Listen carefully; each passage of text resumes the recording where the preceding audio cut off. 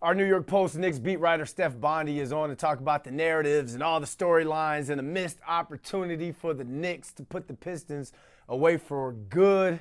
Bondy, appreciate you hopping on with us. Instead of the people dancing around in the streets after a gentleman sweeps, everybody around the city is now holding their breath. So now let's get into some of the storylines coming out of last night. Word is Bondy. Late in the fourth quarter, and the most crucial part of the game, Jalen Brunson and Josh Hart were not on the court. They're at the scorer's table, waiting to check back in.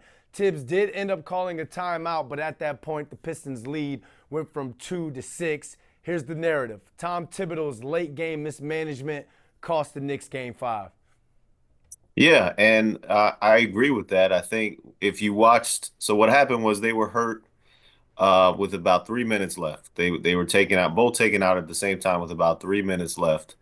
And for about 30 seconds, they were recovering from their injuries on the sideline. They watched two offensive possessions that the Knicks had that went absolutely nowhere. Karl Anthony Towns like airballed a shot, and Mikal Bridges missed badly on a shot. And then they went to the scorer's table and they waited there and they waited there and they watched two more offensive possessions from there, including another Mikal Bridge miss that didn't get very close, short again, and a campaign floater that he was wide open and just missed. And the offense looked terrible, but they waited there, and Tom held on to that final timeout, hoping that the Knicks would able to put something together without their captain clutch, without their best player, and their, heart and soul, Josh Hart. And the offense just looked terrible. And eventually he called the timeout, and it was with 30 seconds left. So if you count it up, they spent about 90 seconds at the scorer's table waiting to check in. And during that time, the Knicks lost that game. Yeah, they came back a little bit when Jalen Brunson was subbed back in. They put together some good possessions and hit some shots, but that was the game right there. They weren't going to come back from a 6 point deficit with 30 seconds left. I know they're up 3-2 on the series, but who would you say is having the better who's winning the coaching battle, JB Bickerstaff or Tom Thibodeau? I mean, listen, Tom had a really bad end of game, but I think that he is still the better coach. And if I were to say a series as a whole through 5 games, I would say Tom Thibodeau has done a Okay. better job. Okay. Because if you look back at every game before this, the Knicks have utterly dominated the fourth quarter. That's how they've won these series. And I was talking to a talent evaluator before last game, and they were like, Coach Bickerstaff has been coaching like he's taking a knee with 4 minutes left every game. So, you know, last game was a bad one for Tibbs, but overall, I still think he's winning the coaching battle.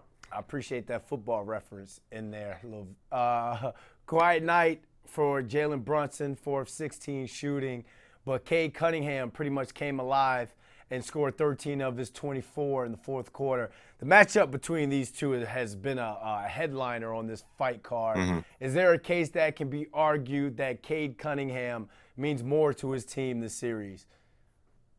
Yeah, I mean, I don't know if I want to take the debate that way. Here's my I think obviously Jalen has had the better overall series and been captain clutch and carried his team to the 3-2 series lead. He's the main reason why.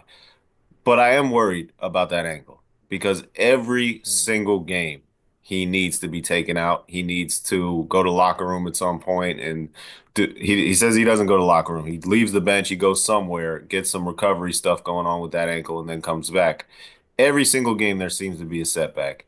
And it didn't cost them quite like it did in the last game, in game five. It really cost them because, as I said, he wasn't on the court when they really, really needed him. And he's a physical player. He's taking all these hits and knocks. He's always on the court. He's a small guy.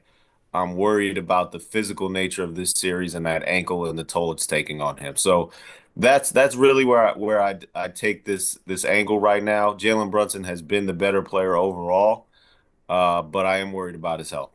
Lastly, the Pistons are 4-1 at the Garden throughout the entire season and this series. Game 6 goes back to Detroit with Jalen Brunson with a question mark around that ankle right now. The narrative is that the Knicks have to close it out in Detroit because they'll lose Game 7 at the Garden. What saith you?